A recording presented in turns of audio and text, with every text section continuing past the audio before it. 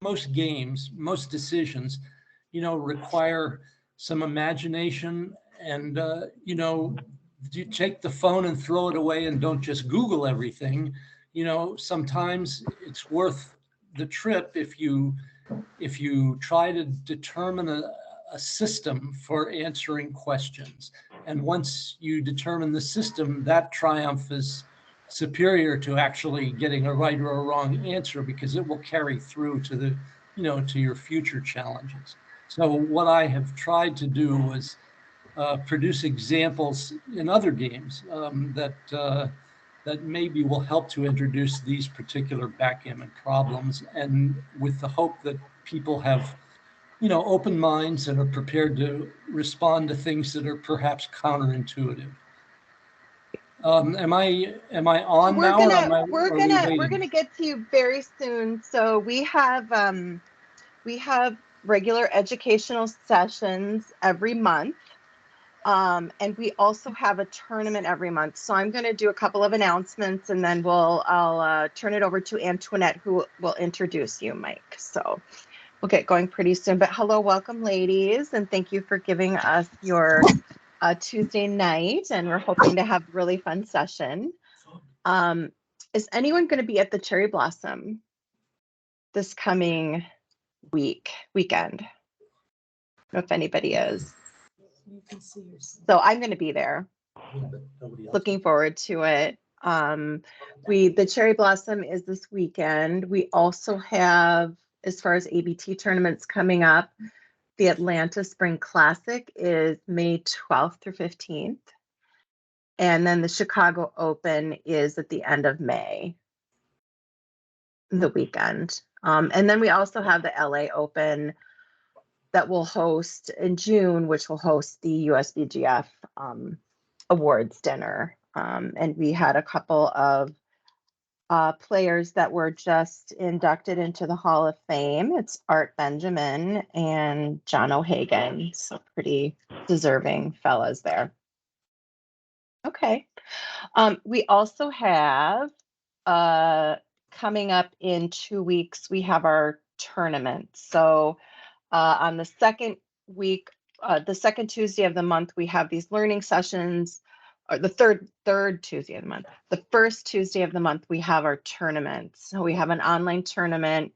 Rich Munitz from the USBGF set us up with the special club, which is great. And we'll do a single elimination tournament starting at 7 p.m. Eastern. So we do it an hour earlier. So we invite you to join us there if you haven't tried it. It's a nice, comfortable way to play with, all ladies online, and it's just a really good time. So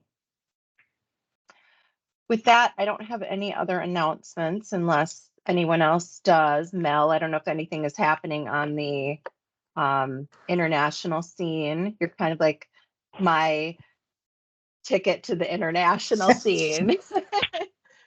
Yeah, it's just the WBIF Women's Championships. I hope everyone's going to enter, and that starts May 1st. I think there's around 50 women entered so far. And also the Speed Championships for 2022 starts on June 1st, and I have just entered that myself for the first time. I'm playing Speed. So I don't know how that's going to go, but I'll give it a shot. And when does the Speed start again, Mel? June 1st, 2nd. Okay. Yeah, I encourage you ladies to enter the Women's Online World Championship. It's directed by Joe Russell from the USBGF, and the ladies that qualify, either your winner or by PR, will be invited to the Janud Cup, which will compete against some European teams. So it's really fun stuff. And I just entered it last week, and I think it was something like 30 euros. And so pretty reasonable price, and something that goes on for a couple months at least. It's 40 euros, in fact. Is it 40 euros? Okay. Yes. Okay. 40 euros. But it's free to join the internet, the World Internet Federation. So that's the only cost involved is the entry fee. No, it's actually the World Internet Federation is 10 euros a year for membership. And Oh, they then didn't the charge women's me. tournament, it's 30. The women's tournament is 30 euros entry, so it's a total of 40. Oh, I see. I see. Okay. Well, for some reason they didn't charge me that Yeah. $10. Maybe I skated around it. I don't know. All right. No problem. All right. Well, letting people in. I think we have some little late joiners here, but I'm letting them in. So I'm going to turn it over to Antoinette, who will introduce our guest. So I want to start out with the quote from Phil Simborg, who wrote an article about Mike Corbett in 2009. Mike has taken great joy in showing that as great as the bots are in most cases, they simply don't yet have the intuition and insights of a top backgammon player. I personally have collected many positions that Mike has used in his lectures to show how much better a human is than a bot in complicated situations, such as back games, mutual holding games, games that require complicated trap plays to have the greatest chance to win, and even some basic positions. Mike himself says Mike has spent his fortunate life in the company of stimulating people in extraordinary situations, along with Laughter of the Damned, a satirical send-up of Heaven and Hell, and Mr. Nashron's List, a blend of romance, history, and science fiction. He has written tactical books on poker and backgammon. Corbett is fascinated by the wavering border between reality and fantasy, and he is a master of the transition from observation to interpretation. I've known Mike at least 40 years. I was a baby when I met him, of course. But I want to introduce you and give over the floor to my friend, Mike Corbett. Welcome, Mike. Hi, everybody. I want to thank you all for inviting me into your living rooms, it looks like. And, I hope I can make this entertaining and maybe a little bit instructive to the best of my ability. So should I just kick it off here, or is there anything else? I think your introduction was enough. I won't have to say anything more about myself. I'll just remind Danielle about everything you said a little bit later. So my plan here was to kind of go astray to begin with, to produce analogies between other games and backgammon, and maybe to try to analyze the gaps between our observation and an understanding how to bridge those gaps. Now, the first thing that occurred to me was at the end of the 20th century, Garry Kasparov, couldn't quite believe that a computer program was better than a grandmaster chess player. But before too long, he learned that he was outclassed. In fact, it was so surprising to him that he had accused the young IBM team of cheating and bringing in a grandmaster to consult along with whatever the program could produce in the way of information. He later apologized for this. This was Garry Kasparov confronting for the first time the thought that artificial intelligence would soon replace all human effort in the field of chess, which is very damaging to the ego. Obviously, backgammon, has had a similar track, with the dependency of program information now. I mean, it's pretty likely that human play is going to be second to program play for quite some time. I think maybe I will give you another example of the kind of things that I deal with on a daily basis. I have to say that I'm a little bit like a bear cub at a garbage can. If I see something in there, I'll bring it up, throw it out, eat it, then throw it back in. I'm a sort of a hog for information. So the other day, as I was driving along in my car, I heard the NPR challenge of, do you know any words that have all 5 vowels in them? Now be patient with me. I know this isn't backgammon, but this is something. So I thought about it for a minute and I said, well, you know, I could sort of like a Scrabble player, because I play some Scrabble, tournament Scrabble. You know, you just start juggling words around in your head and trying to find the various combinations that yield many vowels. Many syllables usually is required, so are required. So you can't possibly expect Scrabble players to know those 10-syllable words or 8, so whatever it takes. But before too long, I realized that the challenge here wasn't really to find these words. The challenge was to find the system that will expose some of these words to easy evaluation. For instance, I thought, well, I'll find a prefix or a suffix that will have plenty of vowels in it, and then I'll just plug in whatever I need at the end or the beginning of the word. So I thought audio. Well, there are a few words that have audio at the beginning, those 4 vowels, all of a sudden that's taken care of. All I got to do is find an E. So there are lots of those things, but not as many as I had hoped. What I eventually landed on was ATION. And that, as I was able to perceive, you know, yielded many, many, many fine words. In fact, after I realized that they were uncountably long list, I thought, well, I bet I could produce a Gothic novel with exhumation, exsanguination, putrefaction, you know, those kind of things. And look what a success I've made. And then I started thinking, well, if it works in English, why not other languages? What about French? Oiseau, O-I-S-E-A-U, shortest French word with 5 vowels. I thought about Spanish. I thought about French. I thought about, what about Arabic? Ooh, that's a good one. The trouble with Arabic is it's top heavy with A's. So I was kind of stumped by that. If anybody knows an Arabic word with 5 vowels, they are welcome to call me. Now, there is one single time when I decided that it might be worth checking with Google to see a 5-letter word that I was curious about. This is the only time that I've used Google in this particular exercise. And that was, what is the shortest word in the English language with 5 vowels?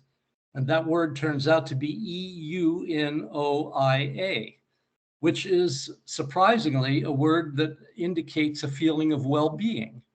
Now, I couldn't find this in my Scrabble dictionary, but I was satisfied that I found kind of a cool word, and I only had to use you know, it isn't that I hate Google, it's just that I hate people who depend on it to answer any kind of a challenge. So the issue here wasn't really to find words, it was to find systems. And that's what we're going to do with these backgammon positions. We're going to take a look at them, and we're going to say, okay, what can I do to make scanning these problems simpler for me? You know, I have to, the thinking that you have to apply to it is largely reductive. You can easily eliminate, you know, 99% of the possible plays and reduce it to the 1% that will simply confuse some and others it'll be clear to. So how do I get those problems up on the screen? April, can you put up the first problem? Yeah, working on it. Okay.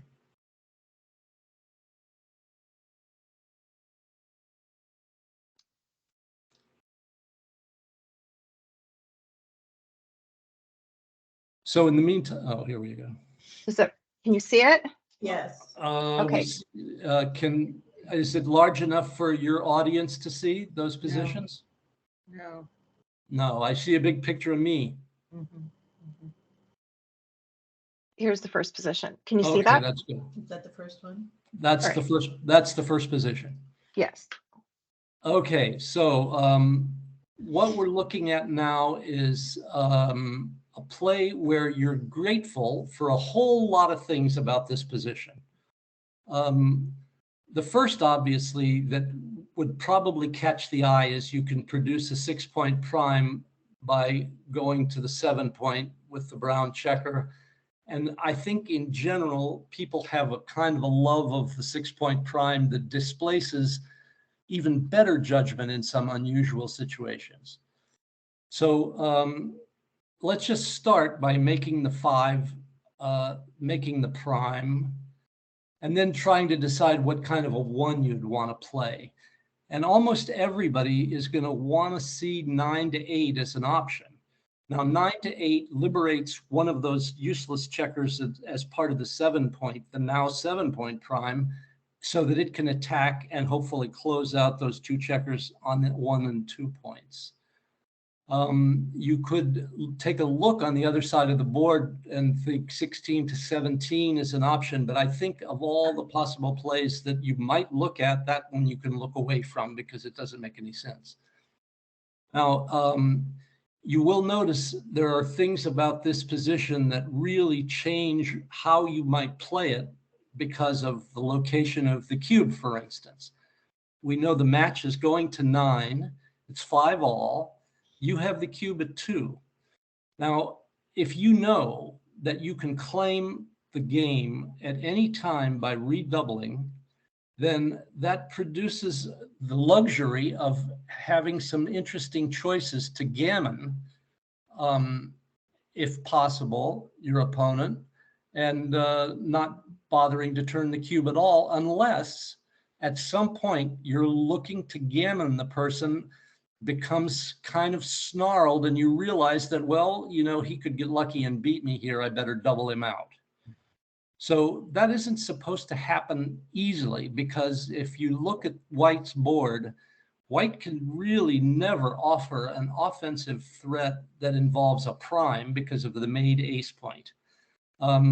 This is going to require, in order for him to keep as much of this board as possible together, he is going to have to anchor somehow and then just bring the checkers in and try to stall and maintain the board as much as possible.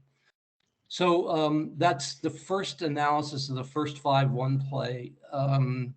This play is the last on the list, I believe, of the, I can't see the evaluations now from where I am. Okay, 7-2-2-1. It is 12-7-3-2. Yeah. So 12-7-9-8 of the 3 plays is the one that is evaluated to be the weakest of the 3, even though if you look at it, it probably is going to be popular with a pretty large number of players. How do we move that? I'm sorry, I just have to move something off the screen here. Danielle is going to, that thing. I don't know if I can move that. Because I can't see. Yeah, it. Okay, while Danielle tries to fix this, I'm going to keep on going. Do you need me to forward the slide? Can you, I think you have the control of it there. Can you move it up a little bit? Move it up? What do you mean? Go back? Position. Okay, that's good. That's good. That's All good. right. Go back. Okay. Got it. Okay, so now if you look at the play again, it looks as if the most likely play to close out the opponent here is going to be hit 2 checkers, the 2 from the 7 to the 2 to the 1, 2 checkers in the air, leaving one possible misfortune, which would be double 1s for White, making both inside points and producing some kind of fear. It is the preferred play of artificial intelligence, so you have to give it some credit for seeing this direction in spite of the fact that it has some risk attached to it. You have a third option, however, which is probably deserves some consideration, and it looks a little bit crazy when you first see it, but it is a very sensible option, and that is to make the prime, and then to having made those 6 points in a row, then you go from 3 to 2, leaving 2 blots on the inside and a checker on the ace, a checker on the bar, your opponent's checker, and shooting at those checkers. Now, the idea here is to try to reintroduce the some of the black team back into white's home board and to scoop up those checkers.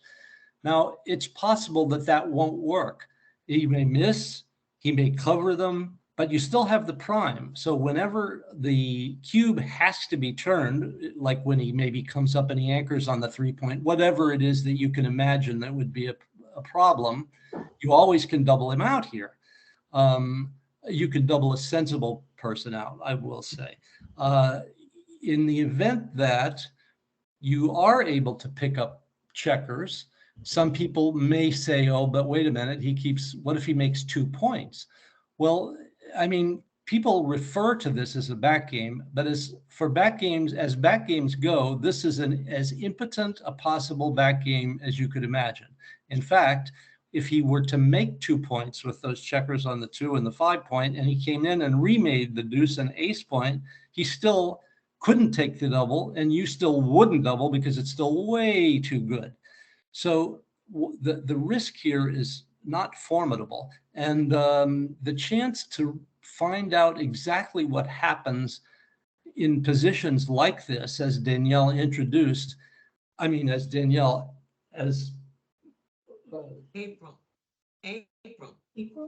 Oh, yeah. Well, was the fact that that you could now see things play out at no risk to yourself that may be instructive in themselves. So if you make that play and hit, then you're going to have a lot of kind of times where you're going to imagine what to do, and white doesn't have to do too much imagining at all. His goal, very simply, you might say, well, everybody's goal is to win. White's goal is to get doubled. White's goal is to get doubled out. That would be a triumph for white. So you cannot ever feel like you're risking too much here if you're brown, except the chance of gammoning.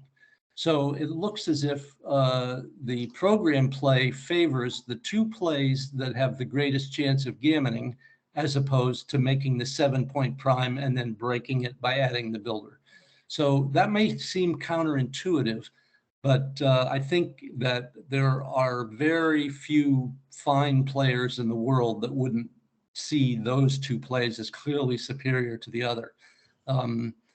The good news is that if you make this kind of a play, you will find lots of new positions that you haven't seen before because of the rarity of the white catastrophe on the other side of the board.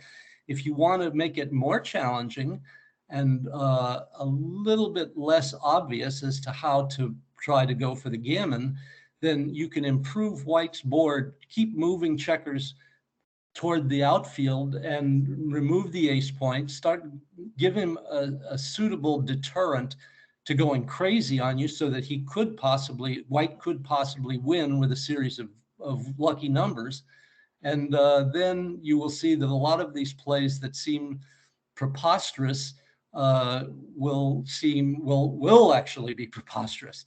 But there's a lot to learn in a position like this, as long as if you keep changing it a little bit, giving white a little bit more strength as you go, then you might be able to produce a challenge. Can we see the other play? April, are you in control of this? Maybe I've been talking and nobody's heard. No, I was on mute. Is that what you want to see? Oh, the second. The second position is. Oh, it's on there. Okay. Okay. Let me just look at it for a minute and make sure that the evaluations are similar, and they're not there anymore. That doesn't. Well, right here is here. Can you show him the evaluation for this position? Yeah, this is going to be 3-2. Okay, so 7, 9, 8. Yes, he's bottom. 7, 9, 8. Okay, so that got in the way again. Okay, well, she'll go back to the. Can you go back to the position, April, please? Okay, there we go. Okay, now here, it is even more interesting now to ignore that the safe play altogether and to hit from the 3 to the 2 point. Now the chances of reintroducing the checker are much better. The third checker in the backfield is good, but if he has an anchor and he has 3 checkers on the anchor, this is white I'm talking about, then his chances of saving the gammon are pretty fair. If, on the other hand, another checker can be added to the team on the back, or the destruction ultimately of white's home board, both things which seem almost likely, certainly the destruction of the board, maybe the 4th checker, maybe a 5th, and it looks like we're arguing even more strongly now for 12 to 7, 3 to 2. And that, as we're going in exactly the same direction that we were before. And it probably, if this were money game, tournament with almost any score for either side being ahead, it will not change this play. You might want to protect yourself in some situations, but this one is so unfortunate for white that brown will really suffer no counter threat until at least the bear off, and maybe not even then. He could probably leave a shot, get hit, and still double white out if white has the catastrophic collapse that his board looks like it's destined for.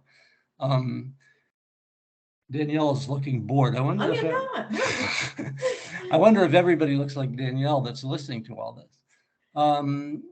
It seems like we've pretty much covered this. Again, to call your attention back to the cube, if it is unimaginable that Brown wouldn't do everything he could to gammon here without fear of some kind of a problem cropping up. The way on the last position, the double ones with the gap on the 7 could threaten. So let's say you make some kind of a crazy looking play. White rolls double ones from the bar, collecting a checker and making 2 points, or however, whatever happens there. Then you might be sorry that you gave up the bar. And giving up the bar and hitting 2 is a crucial component of a couple of these plays that the program likes, and I cannot disagree with it, because it is likely that does gammon a lot more simply, than the multiple exposures for the other position. For this position, making the 7 point and hitting 3 to 2 is clear.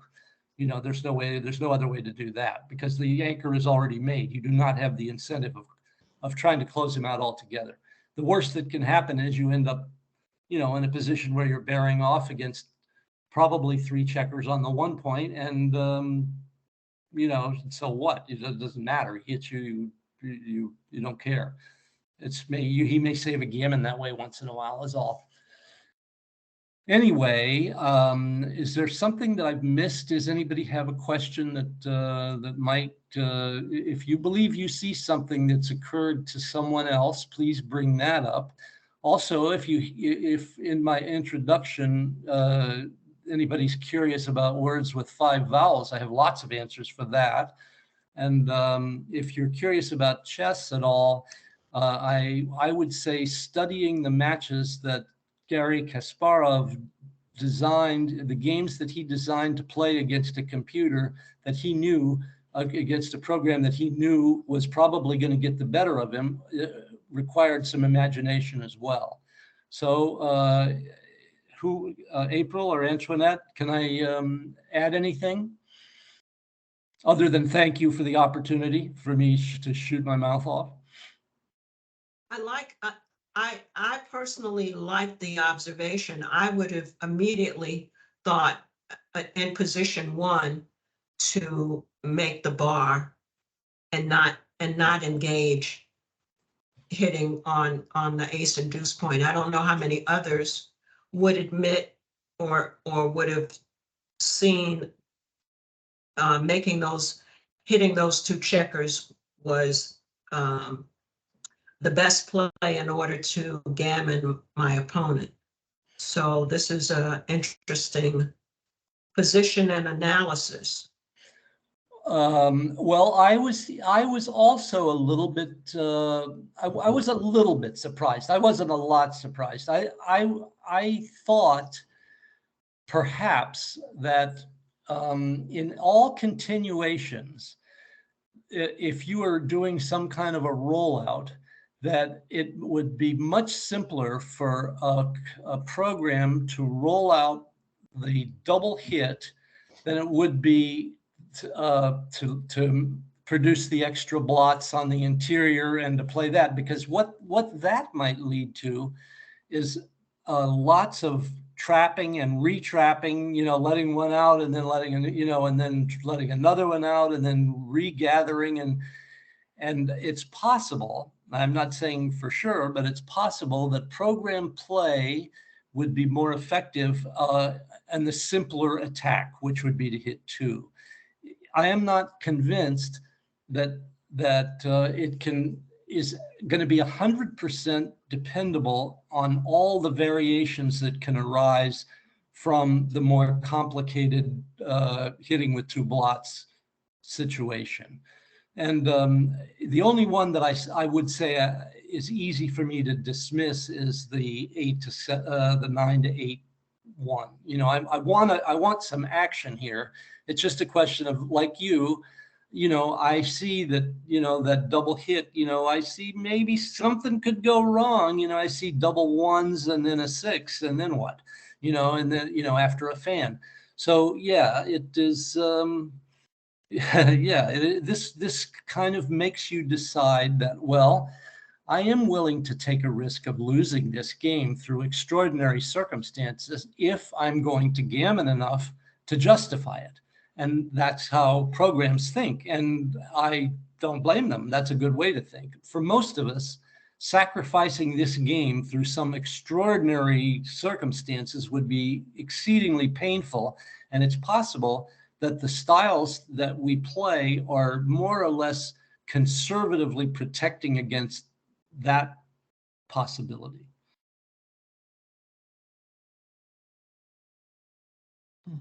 How about you, April? Any comments? Take myself off mute. I think these are really fun positions, Mike. I think the first one of hitting twice is the first one I saw, but I have to say the second position where you open up, I don't see those as often, but it makes total sense. It makes total sense to me that you would make a play like this after you have a 6 prime. You pretty much own the board. So why not? Why not go for more? Yeah, not only do I agree, but the way you phrased it brings me back to Garry Kasparov and the 5 vowels again. Why not? Why not take the path less traveled here? This is something that can be instructive, and these positions pop up much more frequently than you would expect. We have more or less designed our game recognition skills to treasure the 6-point prime. That is the ultimate goal of, most games. A 6-point prime generally means a handshake and well done, but, it's important to kind of pull it apart and see what's in there. And sometimes, there are surprises waiting, and the way to find them, and I know I'm being repetitive here, if you keep changing White's home board to something a little bit more potent, you will discover that these plays change to some extent, but even with considerable risk involved, that play, the play in number 2, hitting from 3 to 2 is going to be popular, even in the face of a threatening board. Even a 6-point prime with nothing behind it, where you might come in on the 1. You have that game out-timed. So you can probably move white enough to discourage brown from being too careless with blots, but it's going to take quite a step from where he is right now. It would be probably 30 pips difference and at least the potential to prime something, that you say, if you catch a fish, you don't want it swimming around eating the bait. So that's my feeling about that. Tell me what you would like me to say or do in order to wind this up. So Mike, what do you, oh, go ahead, Antoinette. Mike, would you tell us, how do you suggest that are we playing over the board, or are we playing on XG to move the checkers around, et cetera, to see different positions? I don't think that XG is qualified to satisfy the imagination to complicate hypotheticals. However, I think if you find that if something about what you're seeing bothers you, your tactical sense, that may be worth looking into. You may be right about something. You might be right about way right about something that nobody else saw before. And so what I would encourage is, I guess, there are lots of these kind of positions that happen, only the brown team has not advanced so far. He may have a 5-point board with, a 5-point prime, with lots of space on the interior, maybe the ace, deuce, 3, 4-point open. But again, a very vulnerable home board. So this should leave room for a lot of different kinds of experimentation, a lot of slotting, a lot of blots, a lot of aggression, a lot of hitting, and always, at least in this position, protected by the fact that you hold the cube. I mean, I perhaps it would have been smarter of me to make it a little bit less obvious that you could close this door anytime you wanted with the cube.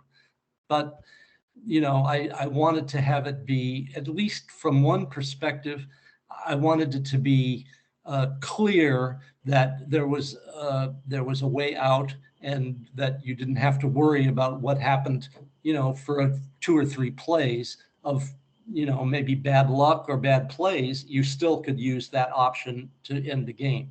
So it's possible that, you make it a 15-point match with the cube in the middle, that, everything changes. Now going for the gammon becomes much, much more fun. And going for backgammons and things like that, you might hit 5 checkers. Those are things that you don't ever plan for. But having never planned for them doesn't mean that you shouldn't be ready to exploit them when the occasion demands.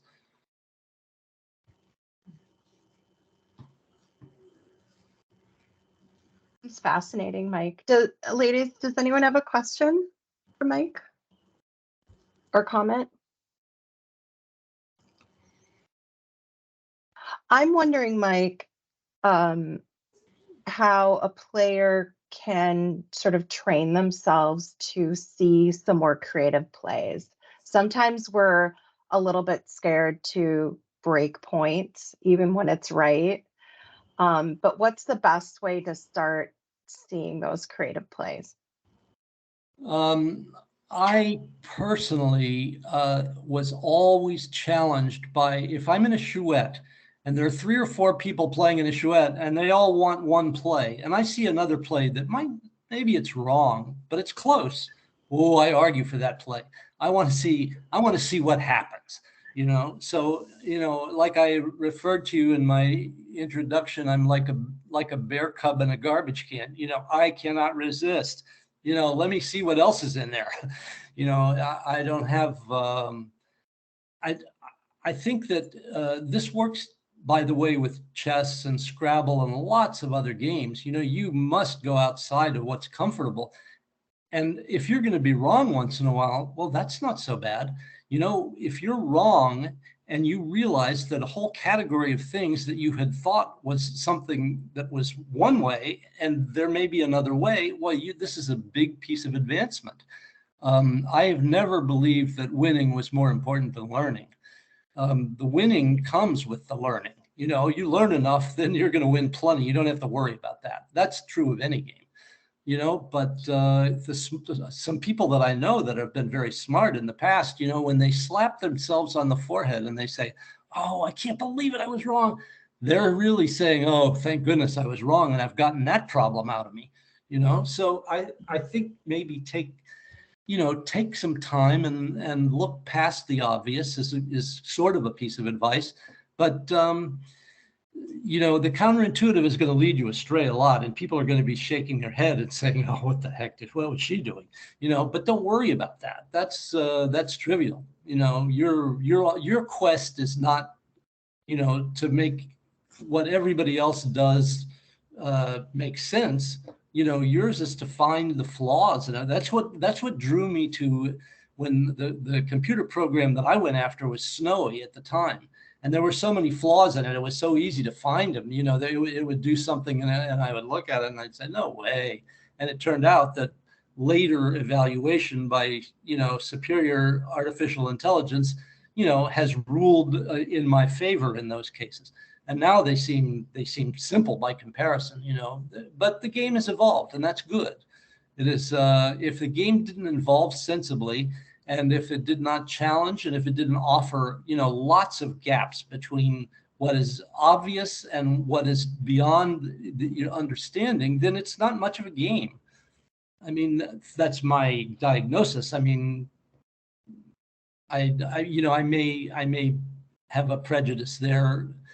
I'm sure there are lots of nice games that you could play with a 4-year-old with your hands and your feet and stuff that I don't know about. But as far as I know, the games that I know, I want to see I want to turn a page and have a different challenge every time I play. And Backgammon has the possibility of offering that. I think that we get stuck in our style of play and we see later on that we didn't do the correct move and we think, I would never do that. But I think once you start doing it and you think and you see the results are a lot better, it opens you up to doing that a bit more and getting out of that stuck game position. I think that's 100% true, and I've watched a grandmaster give a chess lesson to someone, and that wasn't sort of a beginner, and that's sort of the advice that he was given. Don't be afraid to move something that you haven't studied as an opening. You'll see the result of it, and that will explain to you why you didn't do that. And backgammon is the same thing. Scrabble is different. Scrabble, everything kind of falls together in front of you in a certain kind of a way. I don't know how many people interchangeably play Scrabble and backgammon, but Scrabble and backgammon are both played with clocks and in silence generally. So the joke is at a Scrabble tournament, what's the commonest word in a Scrabble tournament, and that is shh. If you cough too much or you talk to your opponent or whatever, they shush you. But that's neither here nor there. The shared appeal of all those games, differs from what Danielle and I play poker once in a while. I may have mentioned before some of you ladies joined that some of the most painful moments that we can remember are having to listen to the over-the-table conversations by post-adolescent men who are trying to impress you with their swagger. And whenever there are 4 or 5 women at the table, 4 maybe, the whole tenor of the conversation and the atmosphere is somehow elevated and more cerebral. And so, it is with great pleasure that I find myself, you know, talking to people who, you know, we all speak the same language.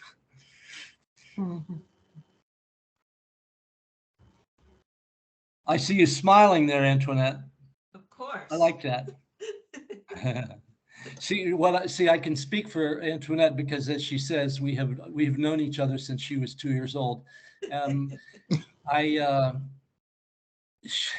I have been known through my more or less my time in backgammon as somebody who has a kind of a courageous mouth and occasional, you know, rude or carelessness, and so for her to see me now, you know, doing this, you know, this is a little bit different than the kind of the brash, big mouth guy that you used to know.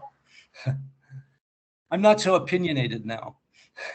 Well, of course, I think a lot of that has to do with the fact that we're old goats now. We're Well, not.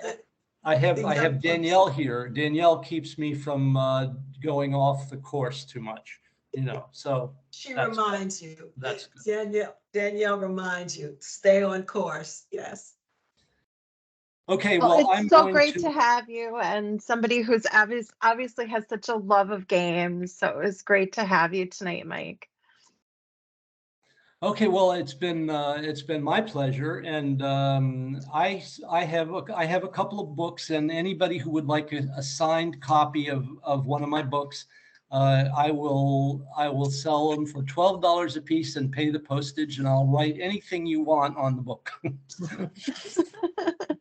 It's great. Yeah, just send us an email. And anyway, you know, it was nice. Interacting with all of you. I wish you all luck in the women's tournament, 40 pounds or 30 euros, whatever it was. And I'm looking forward to see some winning results in the faces that I'm looking at now. Thank you. We look forward to seeing you at the next ABT tournament, Mike. Oh, you never know. Yeah. Okay, well, then good night and good luck. I hope Okay. everything everyone stay healthy, you know, stay challenged and choose your friends to be people who stimulate you. Yes. Thank you, Mike. We're going to be posting this on YouTube, Thank you. so we'll let you know. Good. Thanks, Mike. Yep. Okay, Thanks, we're all Danielle. set. Thank you, Danielle. Yeah, I think we are. Okay, well, thank you so much for helping us. It was great. Thank you for setting this up. It was good to have Mike, like a face from the past that us Yes, newbies haven't really heard. So that was a treat. Thank you. you're welcome. Have a good evening and we'll stay in touch. Okay. Thank you. Thank you. Thank you. Bye. Good Good night, night, everyone. ladies. Bye. Bye-bye. Bye. Thank you, April.